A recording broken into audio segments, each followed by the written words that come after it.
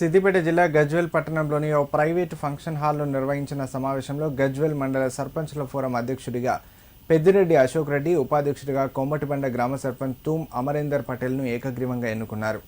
అంతకుముందు అశోక్ రెడ్డిని మాజీ ఎమ్మెల్యే నర్సారెడ్డి శాలువాతో ఘనంగా సత్కరించారు. ఈ సందర్భంగా అశోక్ రెడ్డి మాట్లాడారు. రాష్ట్ర ప్రభుత్వం ప్రవేశపెట్టిన అన్ని సంక్షేమ పథకాలు మండలంలోని ప్రతి అర్హులైన లబ్ధిదారులకు చేరేలా పనిచేస్తామని తెలిపారు. గజ్వేల్ మాజీ ఎమ్మెల్యే నర్సారెడ్డి సహకారంతో పార్టీలకు అతీతంగా గ్రామాల అభివృద్ధి కోసం కృషి చేస్తామన్నారు. కార్యక్రమంలో మండలంలోని సర్పంచ్లు పాల్గొన్నారు. గజ్వేల్ మండల ప్రజలకు మా సర్పంచుల తరపున శుభాకాంక్షలు.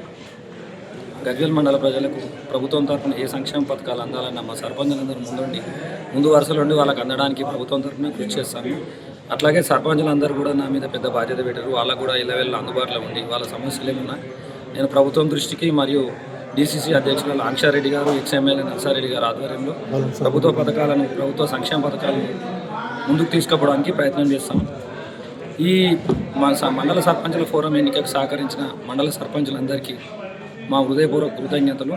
అధ్యక్షుడిగా నన్ను, ఉపాధ్యక్షుడిగా తూమ్ అమరేందర్ గారిని ఎన్నుకున్నందుకు మా సర్పంచులకు వేళలో మేము అందుబాటులో ఉండి మేము అన్ని గ్రామాల సర్పంచులు ఓడిపోయినా వాళ్ళు మా సర్పంచులే, వాళ్ళకు కూడా మా సహాయ సహకారాలు ఎప్పుడు అందుబాటులో ఉంచుతాం.